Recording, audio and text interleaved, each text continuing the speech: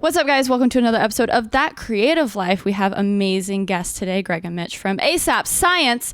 They have 9.3 million subscribers on YouTube with 1.3 billion views. Congrats. That's amazing. They have a podcast side note, which goes into really controversial subjects, but explains some science behind it. And it's been really fun to binge y'all's content over the past few days. We were talking about earlier how it's insane that you have 9.3 million subscribers, and I just discovered all of your amazing videos.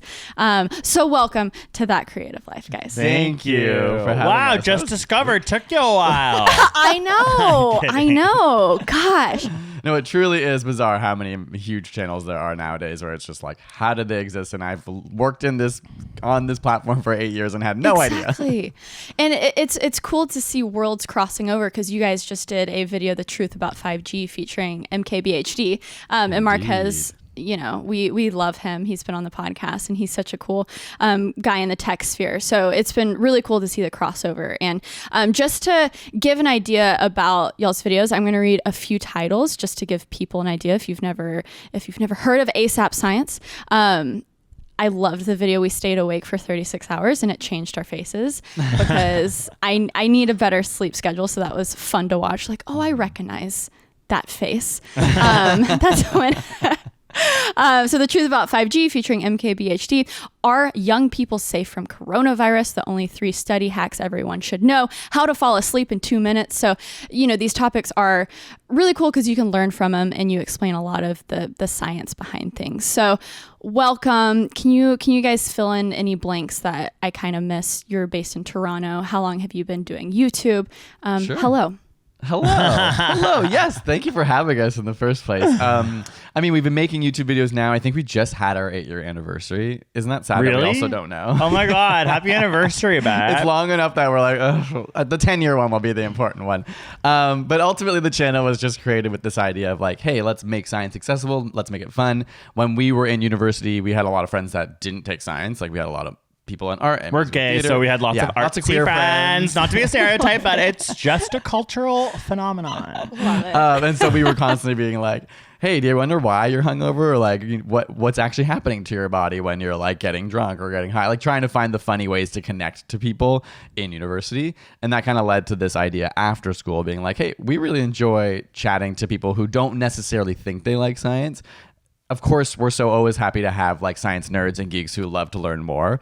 But for us, the mission at the beginning was always like, how do we connect to people to show them that science is in your everyday life? So how do we talk about coffee or sleep or any of the topics that an average person can relate to, and then kind of shove in the science in there? But it definitely also started because we were scared about not ever learning science again after university. Like, it was definitely like weird science projects, because I remember it was like, you leave school and you're like, wait, like no one's telling me to read. Like, I'm going to get dumb. Like, I remember just thinking like all those like really intense, like beautiful, hard work that has been put into these like science journals that you would read for 4 years. Now I'm never going to read one again. Like, so it was a little bit of like we didn't ever expect it to become what it's become. It was also like a weird sort of like, oh my God, I need to make sure I have my finger on the pulse of science or else I'm going to fall behind. And so it's cool that we get to still do it and like have a job. That is it. We have to be more grateful about that. I think sometimes it's really challenging. Were y'all always into science? Middle school, high school, was that, okay, I want to study science, I want to teach, I want to do this? Or was it more of a, like windy? Yeah. Mine was the more cliche, like ever since grade 11 science, I knew I wanted to be a science teacher. Like, that was my dream, because I was really like, I remember just having this moment where it was like, you're going from class to class, but it was only in science class where people would be like, okay, so this is like how the world works. Like, literally, like, this is how your body works. This is how your arm works. This is how your fart works. This is how like all these things that you're like actually like, you spend your whole life in this vessel that's your like, body. Oh, yeah. Whereas like I go to English and be like, Answers. that's like, exactly. I love art. I like my other degrees in visual art. I care about art and culture a lot, but it's more of a discussion. It's like less of a like, this is actually sort of like how things work. This is what photosynthesis is, and that really stuck with me. And my teacher I really loved, and I knew I wanted to be a science teacher from then on out, and that's what my goal was. So I like got a degree in biological science, and then I minored in visual art to be either a science or art teacher. And then Mitch and you landed in a great spot. Yes, yeah, YouTube no, I know. teaching, visual arts teaching science. Yeah, exactly. That's kind of like the amazing. perfect combo. Yeah, mine was not so different, but I was definitely more. I was always on the fence. I was like, do I want to be in musical theater? Like, I loved music. I grew up playing piano and like going to summer musical theater camp. Andy's and stuff gay. Like that. I'm like, how do my parents not know I was gay? First of all, it's like I only had girlfriends. And I love musical theater. There's straight guys in musical theater. There are, and they get all the jobs. They get all as the straight guy in the play leads. or whatever. But I also love science, and it's similar. It was probably in high school that I had a couple really great science teachers, and it was just like, this is so cool.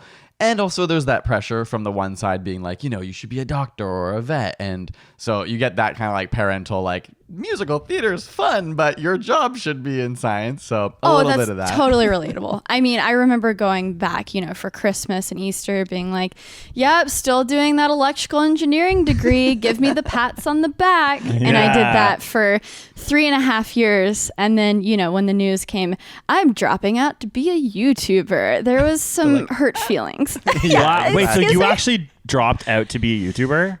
So rock star. It's sexy to say that now because it worked out. Right. But at the time, it was at the time I had 3,000 subscribers. Okay. So it was like you were taking a chance. But it's a full-time thing. You have to commit. Yeah. Oh, exactly. And, I had those like random video production jobs where I was doing like corporate videos for people and like weddings. So it was always in the back of my head that YouTube can be a job. But I was like, if it's going to take me 5 years, it'll take me 5 years. I just can't do electrical engineering anymore. This is tearing apart my soul. So funny. Like that. Like, I know exactly what you mean. Like, there's this large family gathering on my mom's side we go to on the holidays. And there's like the two people I know who are like the ones who are in engineering, and everyone's like, oh, look at them. They're so smart.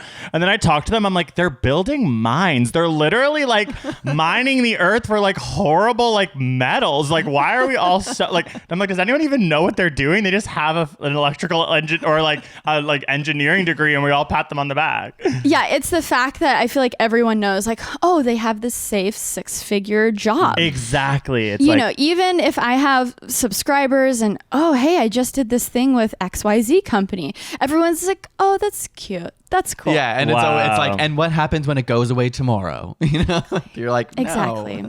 I'm like, it's guys, such all jobs aren't the safest thing, Truly. Yeah. That's true. I'm sure electrical engineers, actually, no, I have known nothing about it, but I'm like, they seem very essential. Very essential. But I will say, with everything happening in the world and quarantine, even though it's been hard to mentally get there for YouTube videos, I think over the most part, our jobs have been safe in regards to like a global pandemic. But that is something I wanted to chat with you guys. Yeah, let's chat about it. How is your soul? How are you doing mentally? Because lately, this is the first time I know. Because, I've always been like, I don't have anxiety. That's a thing that other people have, and like push through and do it. But the past few months, wow. That's a funny thing that I feel like we've talked about a bit, where it's like I do have anxiety normally. And so there's a little bit of me that's like, oh, this is what it feels like all the time. Welcome. Yeah, exactly. Like not that I'm having a easier time with everything that's going on, but part of me is like, oh, I don't feel that weird because I'm a bit of an introvert, so I don't mind being at home. And then like, I'm just like at this point pretty used to having anxiety, but Greg's like such an extrovert, loves being out, and I feel like does not experience that much anxiety. Is that fair to say? So Greg, how are you doing? Yeah, no, not good. Like, I don't know how to like, it's obviously so convoluted and it's such a fascinating, like tragic in many ways time. But I do feel like it's such a good thing to talk about right now because I feel like even from a scientific perspective, like nothing like this has ever happened. This type of quarantine's never happened in human history. So it's like very fascinating to me. Like, I love talking. Like maybe that's part of it. All I want to do is talk about it like all the time. And so maybe that's like contributing to the anxiety, but definitely like from like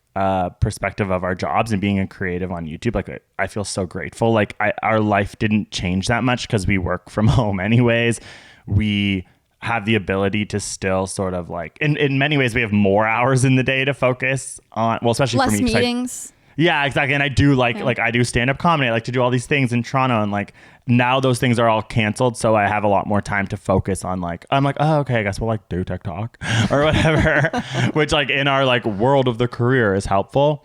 But you're right about the whole soul thing. Like we haven't made a YouTube video in a long time. Like I'm struggling with, you know, what to even talk about. Like it's just it's weird. It's really weird. And I do think that we are pretty like aware of what's going on, especially like even what's going on now with like, you know, all of culture waking up to the fact that like white supremacy is real. Like the fact that we are all like talking about this is so important to me.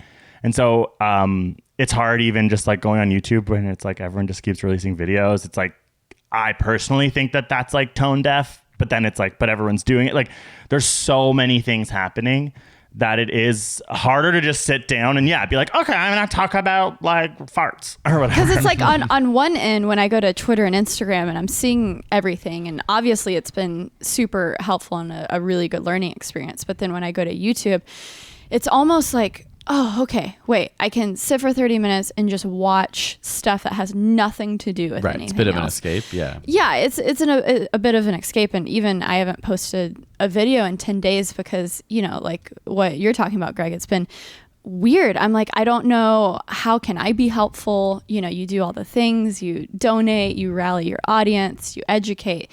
But at the end of the day, when YouTube is your job and you have this niche, what is my voice, you know, with this? So what is your upload schedule usually? Just once a week. Okay. Yeah. It used to be 3 times a week and then twice a week and then once a week. Yeah.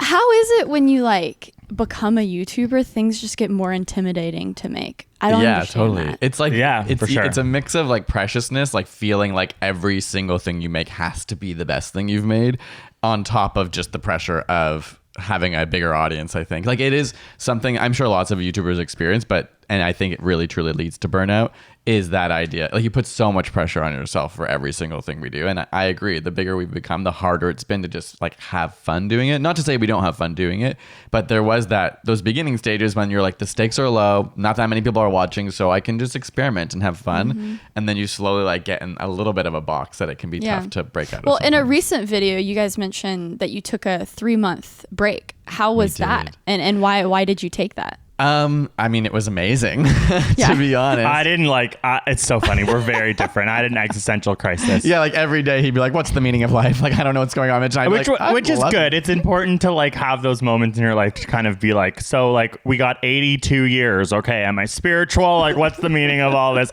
That's not a bad thing to go through, but I definitely was like meditating and like at 9 a.m. like in a bathtub, like trying to figure out like. Well, it seems like it was worth it. You had those moments. I don't know. You loved it. Yeah, I think it was a much needed time for sure. I think we had been doing it at that time for like 7.5 years. This wasn't too long ago. Maybe it was 7-year mark. And it was just like, hey, you kind of hit the point where you want to do new things and you're not sure and you're feeling a bit trapped by your job. I think people feel this in regular jobs as well. At a certain point, you just are like, hey, how do I push this to a new level where it will actually make me excited about it? Or have I kind of hit that level where I need to now go and explore other things? Or is it just space that I need from this? So it's also like that space really worth saying to your audience about like another reason was about how we had built a team. So we had built a team at that time I actually had someone step in and draw the videos so I didn't have to draw them. We had someone step in and edit the videos so Mitch didn't have to edit them. We had someone step in and help us write the videos so we didn't have to write them. And then all of a sudden, I think there was probably 1.5 years where what we were feeling was that all the creative stuff that we actually loved, but we'd just been doing for 6.5 years, and also a lot of pressure to grow, to build, to produce more. Like a lot of people come in and go, okay, hire an editor. Like these are like those things you read, those like business books that are like, if you are opening a bakery, you gotta like, yeah, like I actually hate that book, whatever it is. Like it was like the small business book. The E-Myth. You've never read it. I read the E-Myth. That's yes. Yep. Okay, now we're fighting. I read it. I read the E-Myth. That book was a crazy unlock for me, because it was one of those things where I had to realize, okay, what do I actually love? What can I delegate? And what is the unique thing that is going to be this difficult thing to delegate? Because for me, it's editing. Like I love editing. That's always been my thing. I've done it for over 10 years. but that's the thing that takes the most time. And so the E-Myth actually made me super depressed because I kept hitting this wall of like, oh, I can't delegate editing because it's my thing. I'm precious about it. And I'm like, I'm a technician. Oh my God, am I not the entrepreneur? Yeah. Literally that.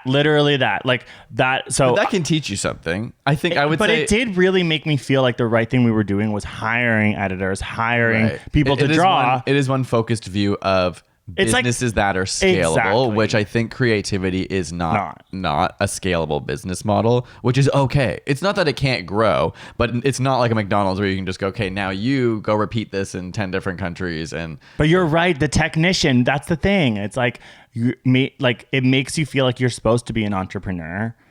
And then, but it's like, I'm sure a lot of people who get into YouTube are technicians because that's like what it is. It's like creative. It's about doing the thing. I'm so glad we're talking about this because in a lot of previous podcasts, I have brought this up because this has been my biggest challenge in 2019 was I want to do other things. So how do I delegate? I started with my podcast. That's easy because the most creative thing is the conversation, right? Easy. But editing and producing and filming, that's your voice, right? People follow you because of that. But all of these discussions I've had with people is people have done it are still struggling with it.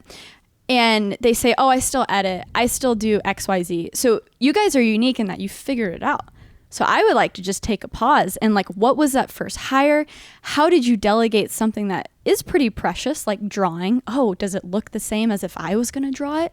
What was that first step? How did you delegate? Did you have a Google Doc? This is the exact way how we do this. We also have to explain that. Oh, yeah. So I never finished the story, which was that 3-month break was about getting rid of our full team and going back to it just being us doing everything. But we can definitely talk about that. But we will talk about that. It was a huge learning experience. Well, let's talk about that journey. Yeah. Yes. It was, yes. I mean, definitely the sort of ethos of everything we've done has been like, we didn't actually plan this. We didn't know what we were doing. And it just kind of happened. So it's so funny because it was like 6 years in that we were like, should we make docs that explain how to do these jobs clearly? So in case someone else comes in or we need someone else to take over, it was very much just, hey, we need some help on this. Can we reach out to someone? A lot of it started at first with, okay, the first thing we needed was someone to help with social media. Back in the day, we wanted to be posting regularly on Facebook and Instagram and Twitter, just like science memes and stories and things.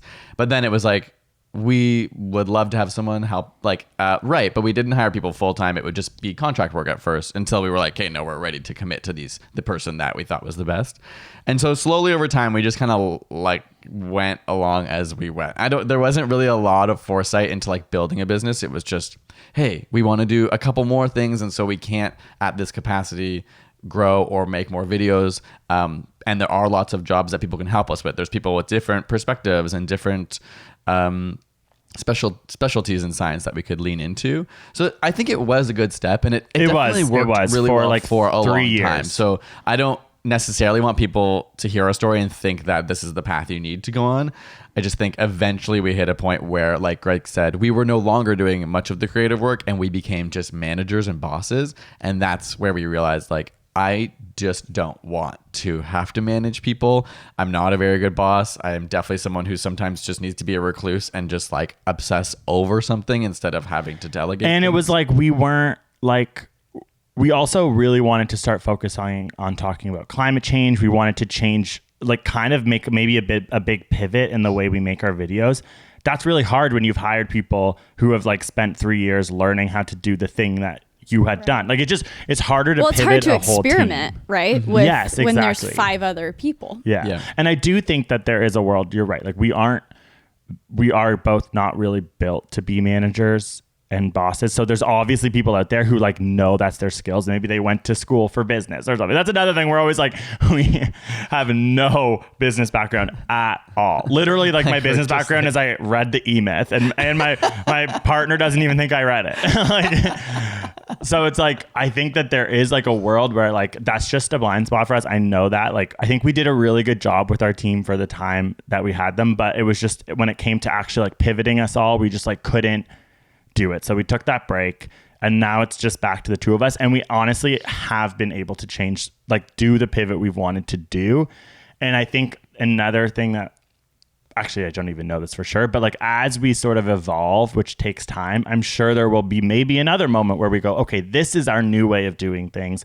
Now we actually could maybe use our editor again. Now we actually could maybe use our animator again. But yeah, I really feel like it's different for everyone, but a lot of YouTubers who you talk to who are very successful, who've been doing it for a long time, are still editing their videos. They're still doing a lot more of this. Like, we were a bit of an anomaly even in our community. I think people were quite impressed with us building this team and our output of videos. Like, we definitely did the E-Myth.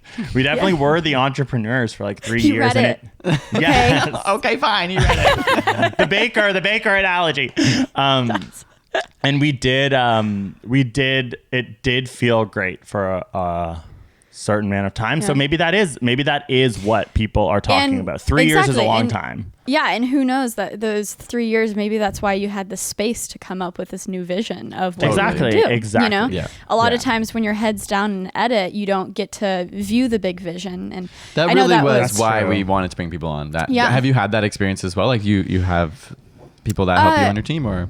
So yeah, I actually just hired. So I think I'm on like my 5th editor trying things, and I had an experience with like full time, and I think it's different for everyone, but especially for YouTubers, our schedule is so weird that full time just became a full time job for me to give them work. Yes. So for me, literally the crux of it. yeah. Wow. Okay. So for me, it really helped to just have this small team of like 3 to 4 freelancers where I can give them a heads up. Hey, like November, December is crazy. Like, we're going to have to go full on. I'm going to need you every week. But then, you know, January, February, when things settle down, hey, like I won't need you that much. So it's such a weird fluxy job where things will be really busy and then not busy, that I learned like doing the freelancer route really helps everyone. That's where we're kind of leaning yeah. into now as well. It gives you that flexibility to exactly what you said.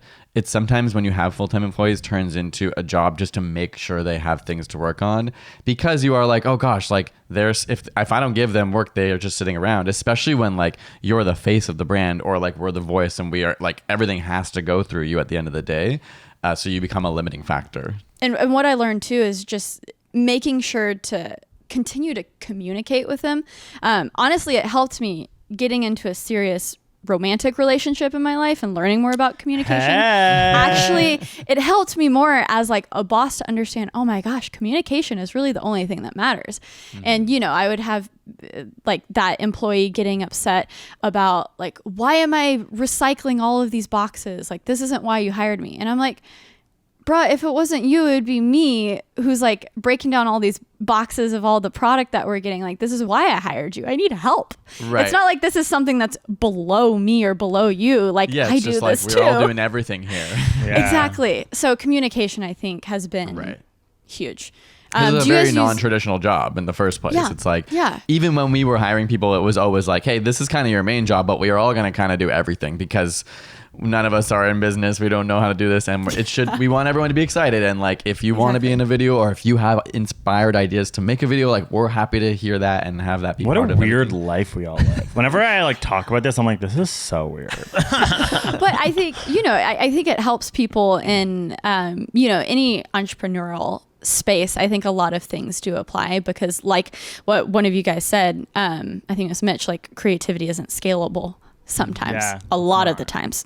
I think a lot of So And it's I always yeah. think about just like film, like filmmakers. Like I'm trying to write a screenplay right now and just like learning about filmmaking. I'm like, these people disappear for 4 years and they go and they write. What and is they that think. like? I know. Yeah. And I'm just like, no wonder. Like, I don't know. I just sometimes think it's like, it's also like the ethos of like being a YouTuber is a little bit messed up. Like, it's like, the like constant output. yeah. Like for sure. I know we've talked about burnout and stuff, but it's frustrating because it's just like a cultural thing that everyone's just like bought into, like literally like 8 years ago or whatever.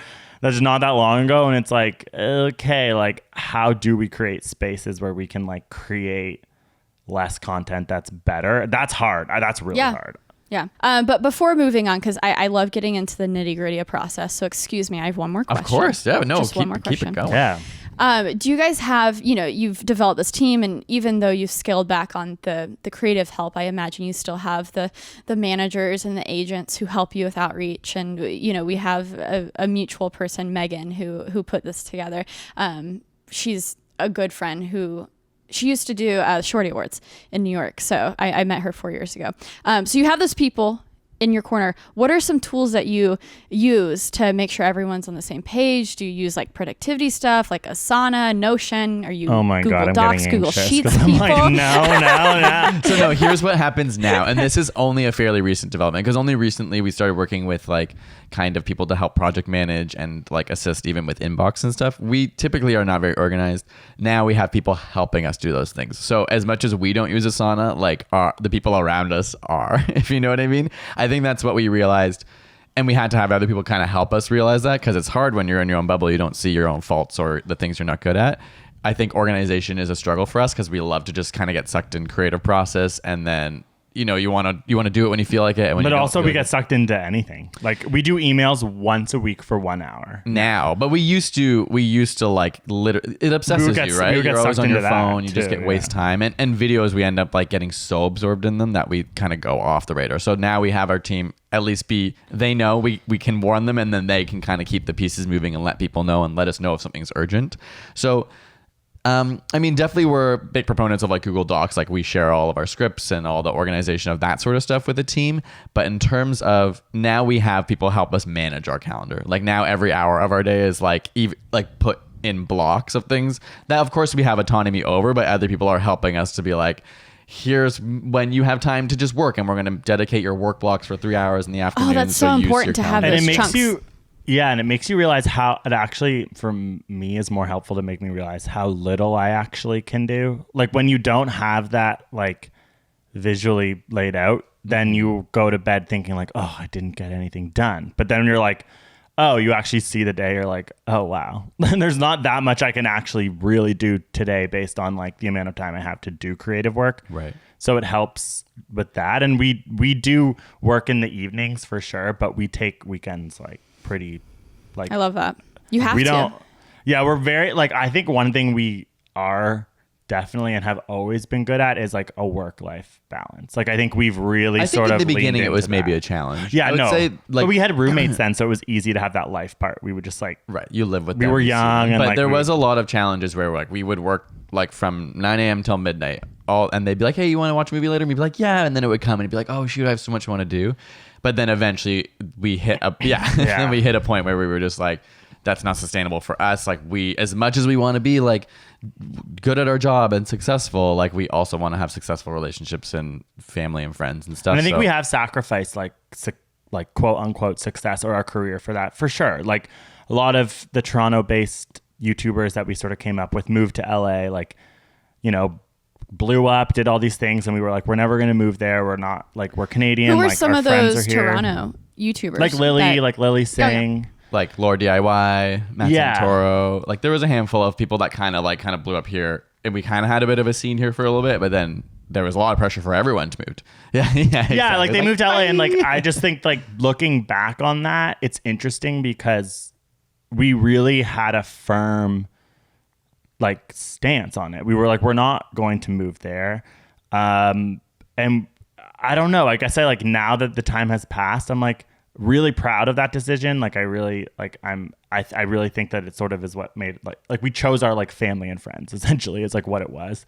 But also like it wasn't a hard decision, but looking back on it, I'm like, whoa, that was a big life choice. But at the time it didn't feel like one. It was just like, we're like, obviously we're not going to move to LA. Like, I don't know. It's just like a weird thing to reflect on. LA is that thing that is just always behind you, just peeping in. You're like, are you going to move? Are you going to do it? And you go there and the weather's beautiful, but then you realize people are only hanging out with me because I'm the person who's in LA for only a week. And when you move there, things are probably going to change, Totally. So yeah, I've heard that story a bunch where it is like, and everyone there, and no shade to anyone, but it's like a lot of people there are really focused on their career. Yeah. And so. And it takes 2 hours to get anywhere. Yeah, exactly. And it's just such a different city than New York, I feel.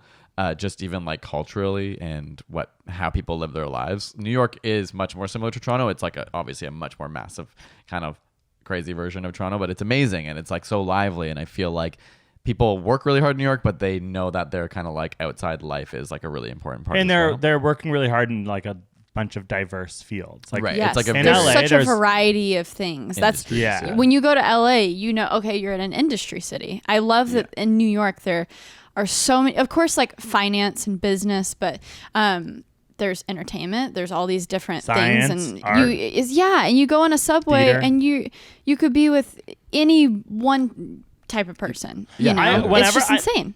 It's so weird to me that there's not like a thriving theater scene in LA.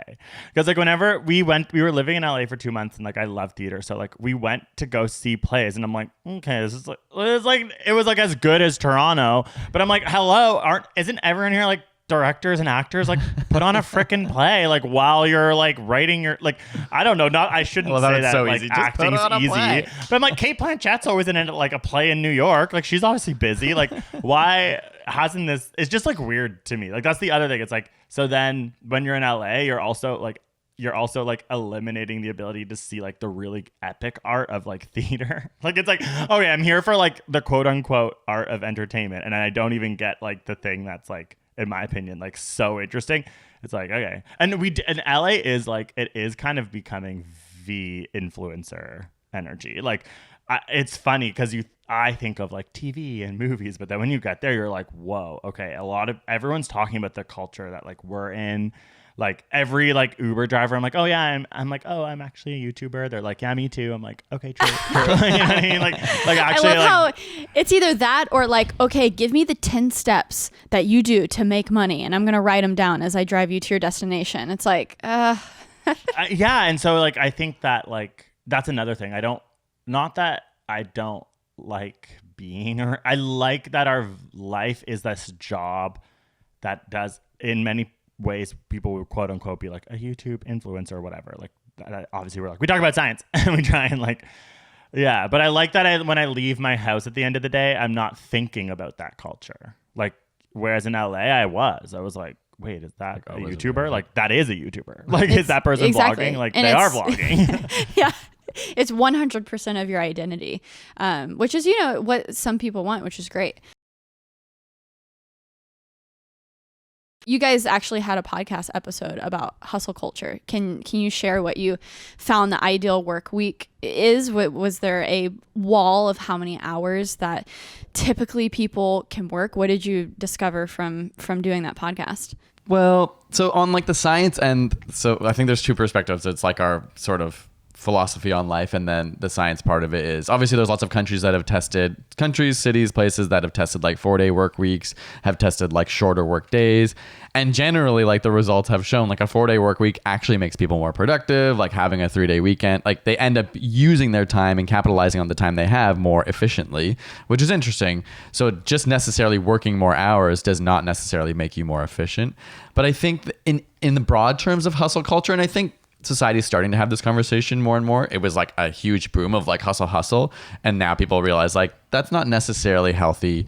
It's not necessarily promoting the values of like just trying to make money and be successful are not things that really fill your soul, right? It's all connected to capitalism and yeah. So that comes into our philosophy of like, you know, and I think we get to say this because we've gone through that struggle ourselves, where it's exciting. It's so fun to like make a bunch of money when you're young and then get a bunch of viewers and have like this ability to have people watch your stuff. And that, I don't want to take that away from people, but having been on the other end, it's like none of that really matters. Our most popular videos are by no means the videos we're most proud of and that fill us the longest and that we think back on, right? And the amount of money we've made is really not, of course you want to have like a stable life and be able to spend your money how you want, but ultimately hustle culture is so intertwined with, I think, money and success. It doesn't have to be, but I think like on the broad term it is, that I think it is promoting like cultural values that are actually not fulfilling people long term. I'm a much more like intense person than Mitch with my opinions, and I'm like, hustle culture is embarrassing in my opinion, especially now. It's like, okay, there's been a literal reckoning. Like we have lived through a pandemic. We have been like, for many people, our eyes have now been open to like the injustices of society, the inequality in society. To me, I'm like, if you are a part of hustle culture, if you're doing that whole LA, like, look at all this like shit that I have, like again, where I'm more intense. It's like F I don't know if you can swear in your podcast, you, because it is all linked. It's like you're actually like contributing to this like culture of people who are saying that money comes first, that like cultural capital comes first. And that always means that it has to be on the backs of other people's labor or something below them. Like, obviously, we are Canadian, but on top of that, I am very much a socialist. And like, I do feel like it is completely connected. And like, as YouTubers, the whole ethos at the beginning was like, oh, it's like equal opportunity. Like anyone can do this. And then it's like, now obviously we see the industry take over. I'm like, why are people buying into this like so like effortlessly? And I think we do have a lot of young people watching us. And I do think that like there's a lot of like, it's a nuanced conversation, but hustle culture, like being like, work hard, like get your goal, like that, to me, I'm like, to what end is this like ever really going to be that good or even that interesting? I'm just like, what? And I think it does. Just like, there's one other study I'll bring up, and it was like somebody who, it was like the people's biggest regrets at the end of their life. So it was like a person that worked with elderly patients and like did these big surveys around like the things they thought about their life. And like the most common themes were I worked too much and I didn't spend enough time with my family. Not to say that your values and things can change. And brush your teeth in your life. It was like a lot. Like number 3 was like sure teeth care, like because then you can't eat food.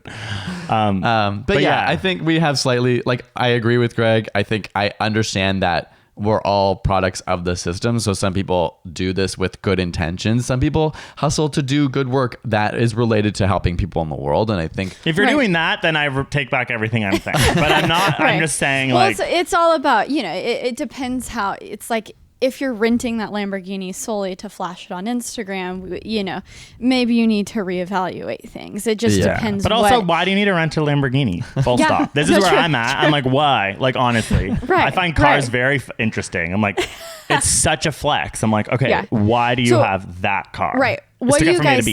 Right. Sorry. What do you guys think? Like a healthier North Star, for people who are like, man, but right now in my life, work is that for me. I love it, and it's what I have, and when I have a family, sure, I'll pivot because I think that's so important. Like when you're old, what are the regrets? And you'll find a lot of consistencies with that. So what do you think is that healthy North Star? Because even if you say happiness, that can sometimes be that's a trap. Like literally, happiness is about sort of accepting that you're never gonna like quote unquote be happy all the time. It's like, you have to, it's a quest. So yeah. I think, I don't want to suggest that. I think work is an important part of people's lives. And I think lots of older people too decide not to retire because they want to have that meaning in their life. They want to have something that they can work towards and feel that they're contributing. So by no means do I think anyone should feel ashamed of working and ashamed of having goals. Because it can give people purpose. And of course. And, I think what we're seeing in the pandemic too, it's like, oh my gosh. Yeah. I stopped working for 3 months, had an existential crisis, as we talked about. So it's less that, but I think, in terms of North Star, obviously it's different for everyone.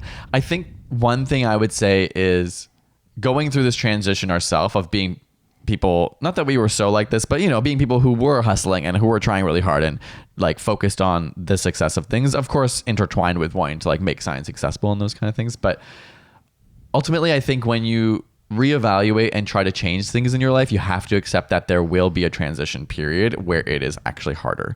So like if you are really used to working all the time, it's actually not going to feel good if you try and stop working as much because your body's not going to know what to do with that. And you might have to sacrifice numbers or money. Or I think that there's just a point, and I don't know what this line is, but the conversation is, at what point do you have enough money for yourself that you can actually start to transform what you do and make sure it's also really considering the lives of others?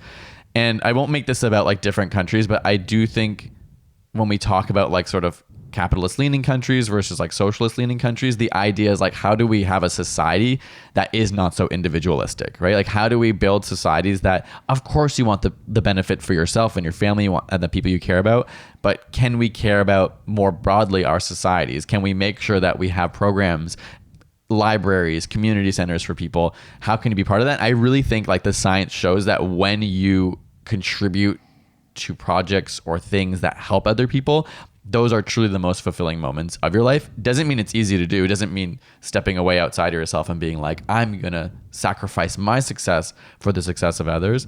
But ultimately, I think that's why people who do volunteer charity work like really have much more fulfilled lives, I think. And I think there's more overlap than people realize in that, you know, you guys are in Canada, we're in America. We worry a lot about healthcare because it's expensive. And Totally. I think there Tax is the more. rich. Yeah. Well, there's more overlap than people realize because I think the most entrepreneurial thing you can do is take care of healthcare for people so it's not tied to Yes. employment. Totally. I think that could, you know, two birds with one stone, where if, you know, Sara from XYZ company who's not quitting her company because she's scared of healthcare, she's not going out and creating that small business because of that. Well, that's not super entrepreneurial and Exactly. American, I feel like, Oh right? my God. So like, honestly, like to any of you American listeners, like as Canadians, it's like the fact that healthcare has somehow been wrapped into your political like division It's weird, right? is insane. And when we Yeah. go to America, I know this is like sort of shady, but I'm like, this is a developing country. Like this is what when I come here, that is like, I'm like, me and Mitch have talked a lot about saying that to Americans. I like to say that because I think it's like, it's mostly to talk about healthcare being like, as a Canadian, like you have so much wealth. It's about taxing the wealthy. We get taxed at a really high rate. Thank goodness, because we make a bunch of money. Out of curiosity, can you share what your tax rate is? On just normal like individual expenditures, it's like 13% here, so that's not like so high. But then for corporations and individuals who make say like over 100,000, it could be like 30% or something like that. Yeah, it's high for small businesses who make a lot of money. It's high for large business, like that aspect of things, and it's federal. We have a much smaller country. A lot of your states have different things. Right. Because here's the thing, as someone who has grown into being a New York resident, having a small business, I think a lot of the frustration for me is like, and what we're seeing at a large scale too, look at the NYPD budget of $5.8 billion. What are my tax dollars going to? Yes, exactly. There's this thing in America where I'm like, y'all, we gotta like burn this ish down and rebuild, because before you start taking more, because full disclosure, I'm paying 45% tax. And that is something, and I live in New York City, which it is unique. But when I'm running quote unquote a small business, you know, that's less money that I'm putting into hiring these freelancers to doing XYZ. And as a New Yorker, I love that I have these beautiful parks to go to. And there's all these things where I do see my tax money going towards something. But when we have, again, that crazy NYPD budget. Yes, that is so true. There's these things where I have such a hard time reconciling, because it's like, if they're going to take beyond 45%, what is that going to? Because I feel like we haven't seen a lot of proof of it going to things that are helpful. That's an interesting point that I hadn't considered. Canadians have experienced. You know, exactly, I'm like, but it's healthcare. That's what I mean. It's literally healthcare, because that is when people start to feel more okay with those higher tax brackets, because their health is what, like, when I think about paying tax, you're right, I think about parks, I think about like assisted living, like on our street, like it's cool, there's all these important things, but most of it I'm just thinking is the fact that we have healthcare. I'm like, take the money. So it's like obviously defund the police, like that is so important. Like the amount of money that we are now realizing that is going into these like insane crazy, institutions, right? Is an issue. And that's why I'm like when I go to America, I'm like, everyone come together about healthcare, because that will also help people have less of that inhibition against paying taxes when they start to feel like their lives, when it comes to going to the hospital or to actually like feel safe, are finally being protected. I think it's fucking confusing. And that's why, and I think that's why it's so hard to compare. I almost said. Yeah, Canada. It is. This happened Canada, in like the 70s. Yeah, it's like, because you know the values are so different, and there's so many. Hard. Just the past 2 weeks, there's so many things that we've been discussing, where at the core of it, I feel like we're discussing even the wrong things, and that it goes back hundreds of years where our entire system is screwed, like the electoral college, and where our tax money actually going to, and like this representative democracy that we're in really isn't representing our popular votes. Like, what are we even doing here? And that gets I depressing. think as so. Canadians, like one thing I we want to often defend America. forget- I want to defend America again, Well, but you go. I was just going to say, like, it's such a true point because I think as Canadians and Americans, we see ourselves as pretty similar, but there are some pretty large divides that we don't think about that make sense why Americans might feel certain ways about healthcare. I often think about, like, not to say that there aren't like anti-vaxxers in Canada, but the idea that we're being exploited to make money by vaccines is like our vaccines are free here. Like we don't have to pay for vaccines ever. And so the idea that we're being exploited to it is like taken away from our minds. You know what I mean? Whereas I could see in a country where you're like being forced and told you should take these things, but you have to pay money for them. That's when you go, well, am I just being told to do this so someone can make a bunch of money off of me? Right. And I think in Canada, and it relates to the pandemic as well. So countries that have a higher trust in their government have handled the pandemic much better. And America, you know, traditionally is built on the foundation of like, we need to make sure that we can always hold our government responsible. Like there's the First and Second Amendment to make sure that individuals can like protect themselves from tyrannical governments, which in essence are great things, right? So. Yeah. But that's how we protect in times like ourselves this, it shows that like that distrust in the government can also cause a lot of problems. Right. And I think that sometimes not a huge difference, but Canadians, I think, have generally more trust that our government will make those decisions properly. There's more people in California than there is in all of Canada. There are only 36 million people in Canada. I think sometimes this idea of looking to Sweden, looking to Norway, looking to Canada for these like democracies, there's hardly any people. So you can govern them from a federal, like we're essentially the population of one state.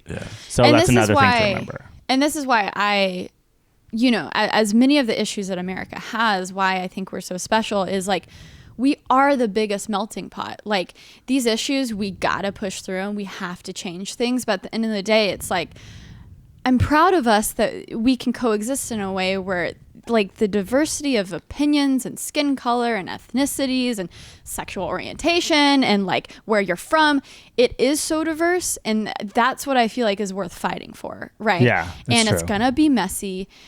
But I think at the end of the day, everything is so politicized where people are realizing that, guys, police brutality and like the institution of that has nothing to do with Republican or Democrat. Yeah, agree. Since Bill Clinton, things have been militarized like an insane amount under all presidents. So this is bigger than your party, right? This and defund the police, like what you were saying, and take that money and put it somewhere else that actually does protect civilians. Yeah. Yeah. And even things like for us, it's a challenge because climate change is politicized when it is historically. Did you guys get flack for Bill and Melinda Gates Foundation sponsoring one of your videos?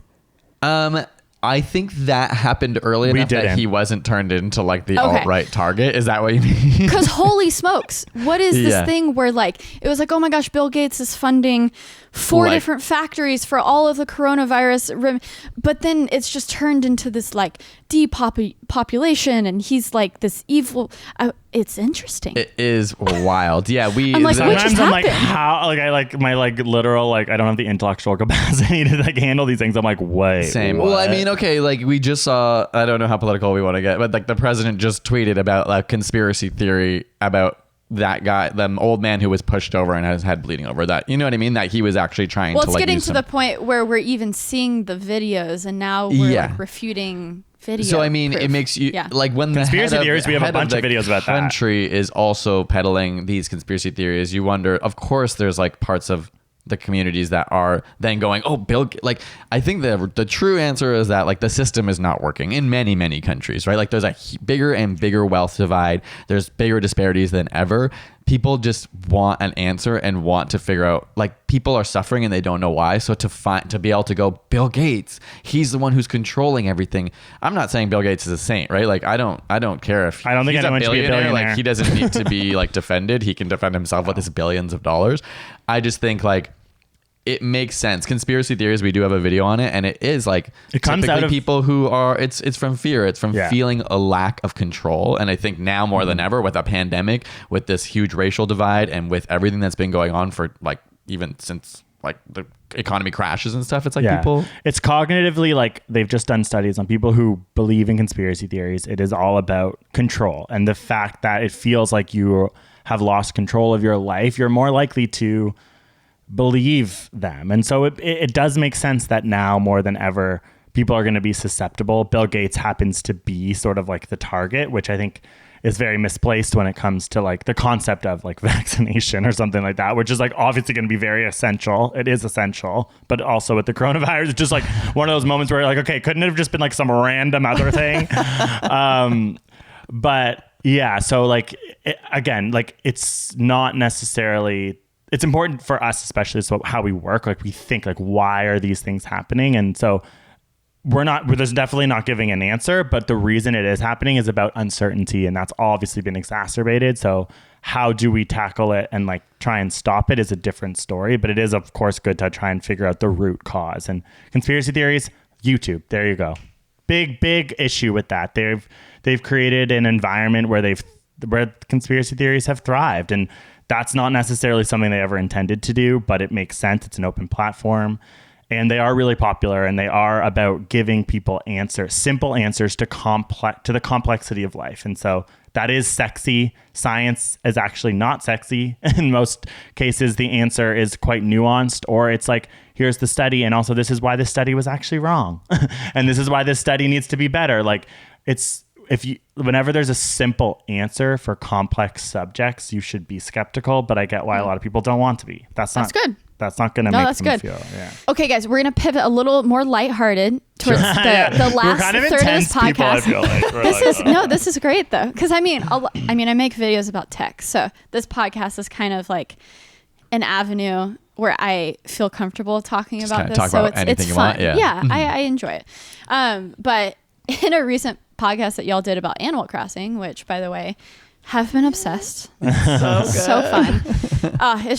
It's been such a great release from everything. For the first time in probably 3 or 4 years, I took 1 week where I was having, I'm pretty sure literal anxiety attacks for the first time in my life, with everything going on. But Animal Crossing was there for me to shut off my brain and just, it was there for me. But in it, Mitch, you mentioned that you were in a screamo band, which is hilarious because I grew up also, we were in a screamo band. It was more of a pop runk band, but I was like the emo kid going to like Under Oath concerts and Devil Wears Prada. Oh my God, we're all like, yeah, it's Christian rock. Yeah, exactly. Yeah. And so it was one of those things I was like, it's so funny how everyone has like a music background somehow, if you're doing video, if you're doing something creative, and I love to connect those dots. Are y'all both musical? How has music played like a Greg role is in y'all's definitely life? even more so than me, like the music, like you're tapped into music culture. I'm more like music. The musician, and I obviously like have certain music tastes, but Greg is like aware of like current music culture. Well, it's so interesting. Like, wait, I want to ask you about your band though. Like what was it called? And like what were some of the songs? So our band was called The Bad Habits. Oh, edgy. We're bad. We got bad. We chew our nails. Super edgy. Yeah. And, I'm sure you're not aware of Dallas, but so I actually played electric guitar. So I was like the lead guitar player. I had the pedals and the amps and like 5 guitars. Like that was my entire life. That's so cool. Yeah. Can I ask how old you are? I am 25. Oh my God, I had to think about that. Wow, so you're young, but you were still into emo? Yeah. Like, that was my entire high school. I was like, my entire life was basketball until sophomore year. And I discovered music and I discovered electric guitar. And like Paramore was I loved Paramore. They were my heroes, right? They're idols, yeah. And so I was saw Under Oath Haley Williams. making new albums when you were in high school? Like how old? Yeah. Like yeah. They were, wow. So that's right when they kind of released their last album with like Aaron Gillespie, and then he left, and then it became like 100% screamo. Yeah, and I was like, because he was the singer. Yeah. Oh, that was always the drummer. That was I was the like best part, the refuge when he'd be like, Jesus, I'm ready to go. Well, there was always the screamo, there was always the singer, and there was a good balance. I appreciated the balance of things. Me too. Yeah, so I did that whole thing. We played Deep Ellum in Dallas. I grew up in Dallas, and so we played at the sketchy bars. I would go to school the next day with the like X's on my hands. Oh, and no big deal. This is really edgy, That's awesome. No, well, like Mitch is so talented at music. Like, I don't think you should say I'm the musical one. No, sorry. I think I'm the more musical, like in terms of actually Right. performing. It's amazing what but you Greg Well, is, you like, guys have jingles and stuff and songs. we in your we have a videos. handful of songs. That's actually like more of my favorite things to make. It's just that the amount of time it takes to produce one is so long, and then in a schedule of trying to put out a video regularly, you're like, oh my gosh, am I going to be able to spend like 2 months making a music video? But I failed my grade 7 piano exam. So there you go. I definitely like what Mitch is talking though is about like at no point in my day is there not music in my ears. Like I love music. I truly am relying on hearing aid development to make sure that I don't have.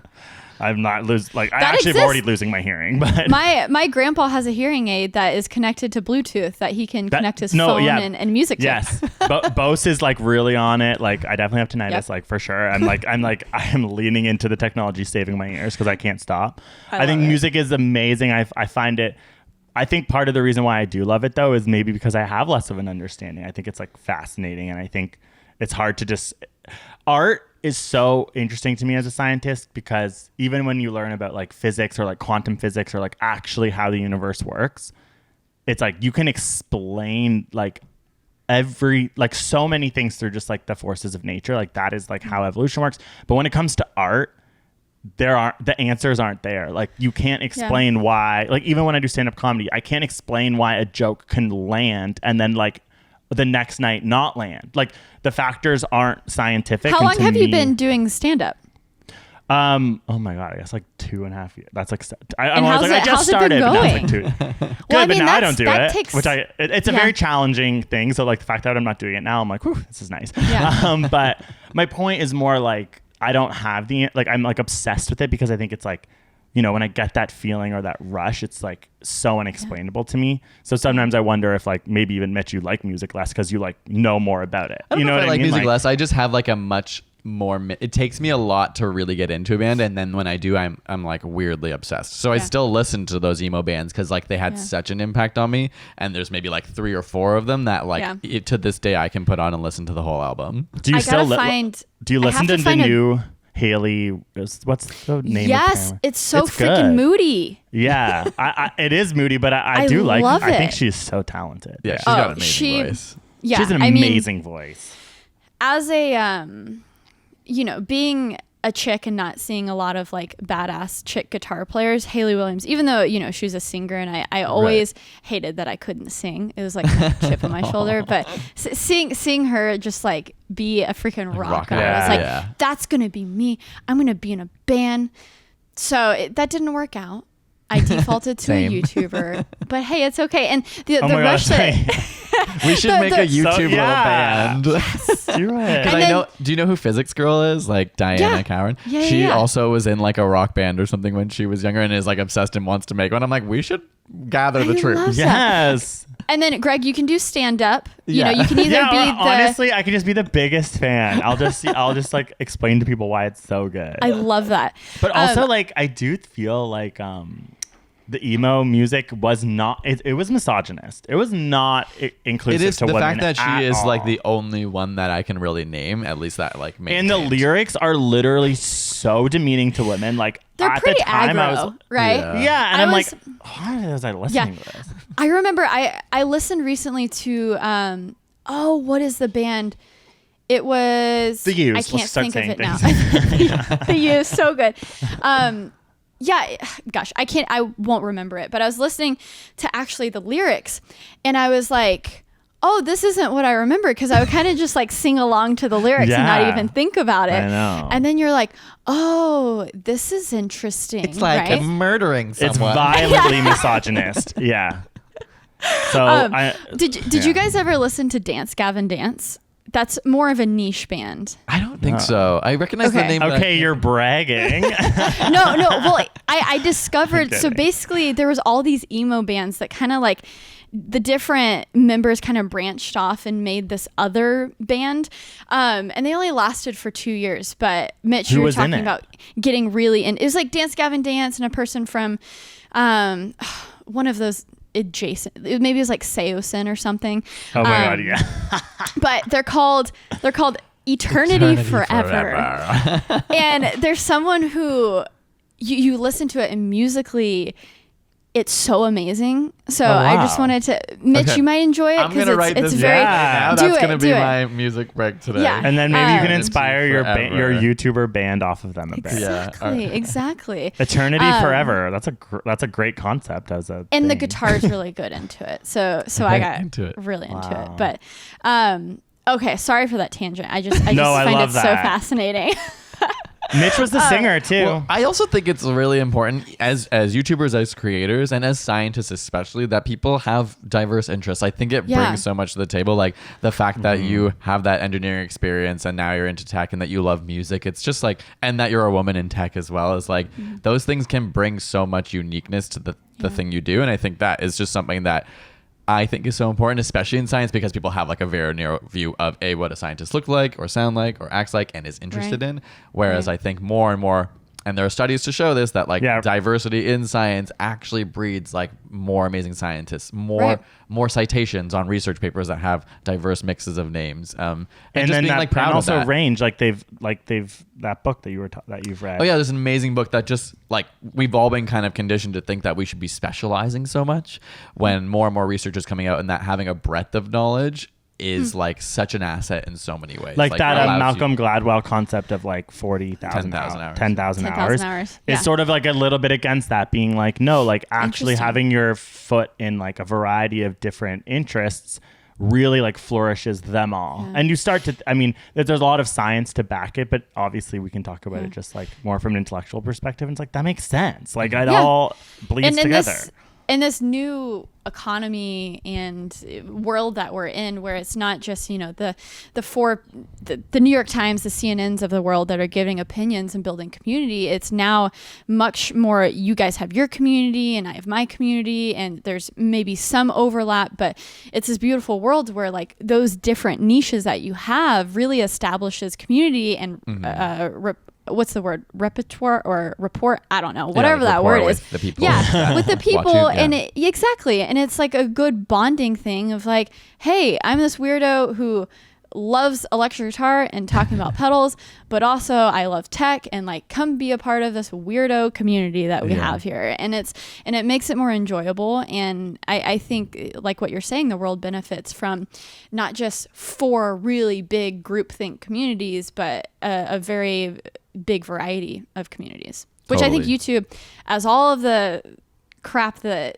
they've been a part of with the conspiracy hole, black holes, and there's a lot of improvement YouTube can have. I think that's something really good that came out of it, was these unique creative communities. Anyways. For sure. Okay, wrapping things up. What are you guys excited about? What should people be looking A for? vaccine for coronavirus. I think honestly, a big thing before the pandemic kind of hit, we ourselves, like we said, we took like 3 months off. We've been kind of pivoting and being like, hey, how do we really tap into something not that we didn't care about the work we were doing before, but we've just grown, we've changed as people. And I think for us, even the environmental movement and talking about climate change and finding ways for us, it's always been, how do you get people to care about things they don't care about? So science generally was that before. Now it's like, how can you make environmentalism exciting? How can you make people inspired? How can you make them think it's cool and be part of a community? And where ultimately, you're not how can you make money off of it? Because that's the only reason why people will care. right? to Like our if you, world. yeah, it's in some ways, yeah, like that is to a thing that we hate, or Yeah. it's like such a hard thing where you realize, yeah, like sometimes capitalism has to be that leading voice. Is that true or not? I'm not totally sure, but it is like, how do you, once things become profitable in the environmental space, it's like, of course, you can see that shift will happen faster. But ultimately for us, we're kind of like, hey, we want to really use that voice now, shift. We're more mature, we're older now. And it's like, what is that legacy going to be for us? I think is what we're looking towards in terms of actually making a tangible impact that we can measure. Yeah, and I think for me, it's like I've always been wanting to have. I always thought if I got people interested in science, that's a net positive, and I still think in many ways it is. But I also think in many ways it's not. Like science, the science community, I'm having a bit of like a reckoning with right now. It's extremely white, homogenous. male, straight men still, and it's like, okay, there's a lot of voices left out of that. So why am I so proud of this like institution? So I'm trying to figure out how to create obviously I think talking about climate change is checking power, but I want to figure out like how to make videos and make people rally behind science in a way that kind of checks the institutions and powers at B, which I think that's also a very recent thing for me, thinking about with everything going on. I think now is the time that we look at all of our institutions and start to go, why are these the way that they are? And how can we like help, actually have a meaningful impact in our lives? And I think sometimes it might go against making money, but we've made a bunch of money. So I think we're on the other end of that. Like, how do we...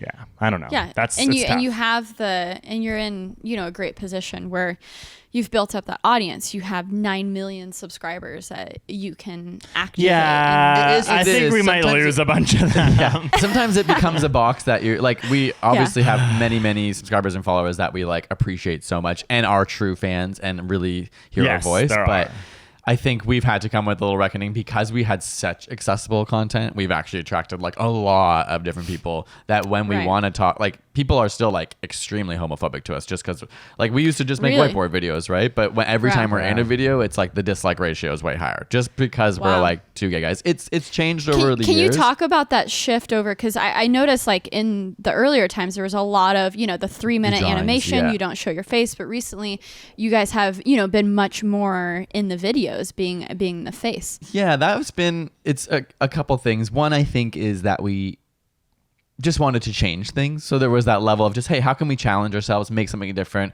Obviously, algorithmically, YouTube's like kind of pushing towards longer videos. So we're like, hey, we literally can't animate 10-minute long videos. It takes so long.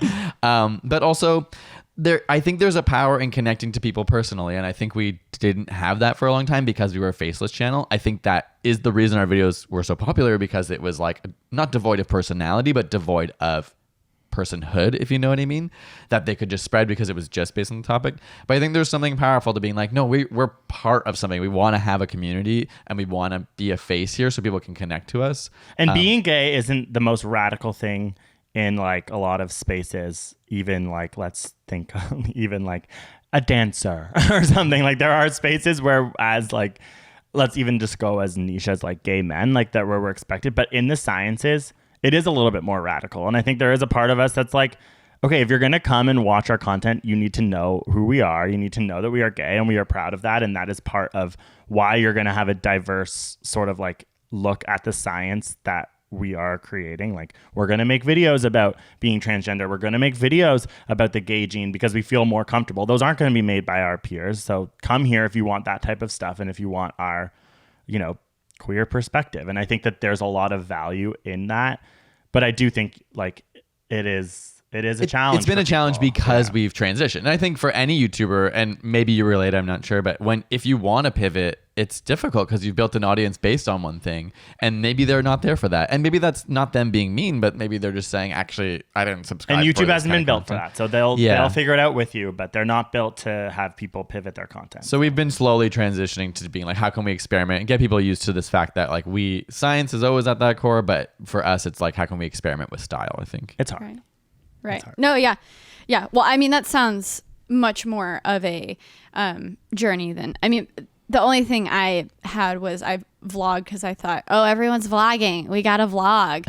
And then it turns out I hated it. And we did that for a bit. It was only fun. Like we realized not just fun, but really nice when we were traveling. So we have a couple travel vlogs that we actually look back on and it's like a really nice memory. But the like week to week, day to day, it's like I literally sit at a computer for like 8 hours a day. My life is boring. It is not that sexy. It's not exciting. All these YouTuber vloggers who have exciting lives, it's like they're creating that life. Yeah, they literally are like, okay, we have to go blow up. Like they have to create that excitement. So like, good for that. Oh, 100%. Greg, Mitch, this has been such an amazing conversation. Yeah, it was so nice to chat. It was nice to meet you. I can't believe we just met. I feel like we just got along so well. I know. If y'all are ever in New York at any point, it might take a while, but but we will be. We'll for sure be there when things are, once there's a vaccine. Yeah, totally. Hit me up. We can do a part 2 of the pod because this is so fun, and I feel like I can talk to y'all for hours at a time. Yeah, I know. I'm like, that went by so fast. I can't believe we keep saying when there's a vaccine. Wow. The world. Oh, well, thank you so much for having us on the pod. Of course. And where can people find you lovely humans? It's primarily at ASAPScience. So whether that's YouTube, Instagram, Twitter, TikTok. And then we have our Side Note podcast, which is a mix of science with controversial subjects and then just us Yeah, chilling. if you kinda like this, Side Note podcast will be great for you. Yeah, Running yeah. us yelling into the ether.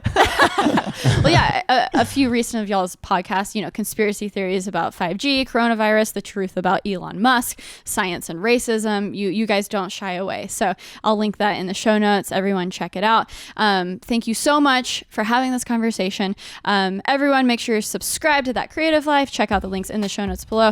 Spotify, Google Podcasts, Apple Podcasts, wherever you find your podcast every single Monday. Hit that subscribe button. Until next time, thank you for listening.